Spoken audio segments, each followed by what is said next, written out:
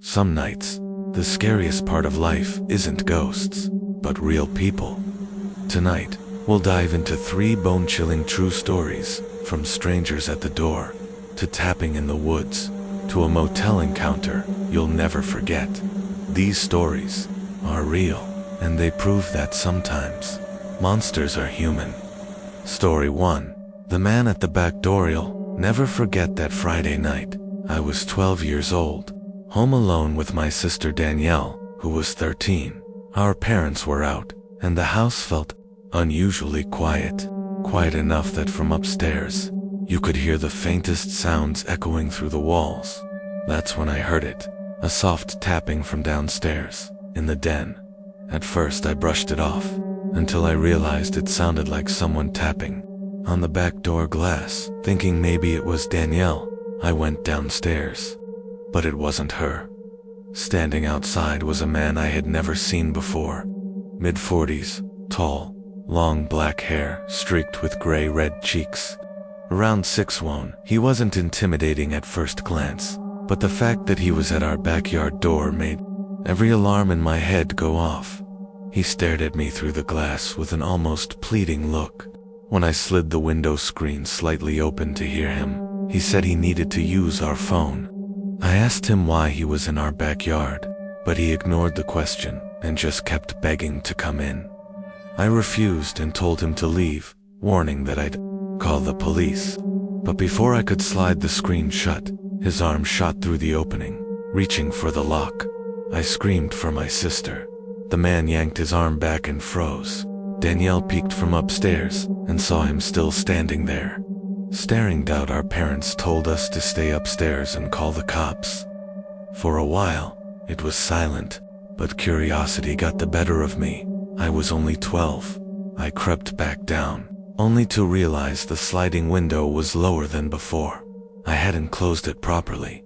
Then I noticed something else. The office door, which had been shut, was now wide open. Terrified, I turned on my phone's camera flash and snapped a picture into the darkness. When the light lit up the room, I froze. The man was inside the office, hunched over the desk, but his head was twisted toward me, eyes staring directly at my camera. I bolted upstairs and locked the den door. Moments later, the familiar sound of tapping began again, this time at the den door. His muffled voice begged me to open up. I bluffed, screaming that the cops were already here. Seconds later, we heard the back door slam shut. When the real cops finally arrived 5 minutes later, the man was gone. Maybe my lie saved our lives that night. Story 2. The hunting cabin in West Virginia. This story is told from a father's point of view. Years ago, he decided to take his girlfriend's brother, Adam, on his first hunting trip. His uncle allowed them to stay at his secluded cabin in Braxton County, West Virginia, deep in the woods, miles from civilization. When they arrived, the cabin wasn't what they expected. Just 2 small rooms, no curtains, no electricity, only lanterns. It felt exposed, vulnerable. They hung up clothes over the windows and went to bed. But soon, Adam shook him awake. "Cliff, there's someone outside." At first, he thought Adam was paranoid, until he heard it too. The sound of long claws dragging across the wooden walls, scraping slowly along the side of the cabin, stopping at the window right beside Adam's bed. Then, tap, tap, tap. The window shook softly. Something, or someone, was trying to see inside. Both men grabbed their rifles, terrified to even peek. They stayed awake all night, listening to footsteps crunching outside the cabin. By morning, the noises were gone. They asked his uncle if he had tried to scare them, but he swore he hadn't. The father never returned to that cabin, and the only proof of that night is a picture his uncle had taken earlier, showing the lonely cabin in the woods. Story 3. The motel stalker. When she was 19 years old, she worked at a rundown motel, the kind of place locals used for shady reasons, where cops showed up weekly. She worked both the front desk and housekeeping, which meant cleaning the most disgusting rooms imaginable.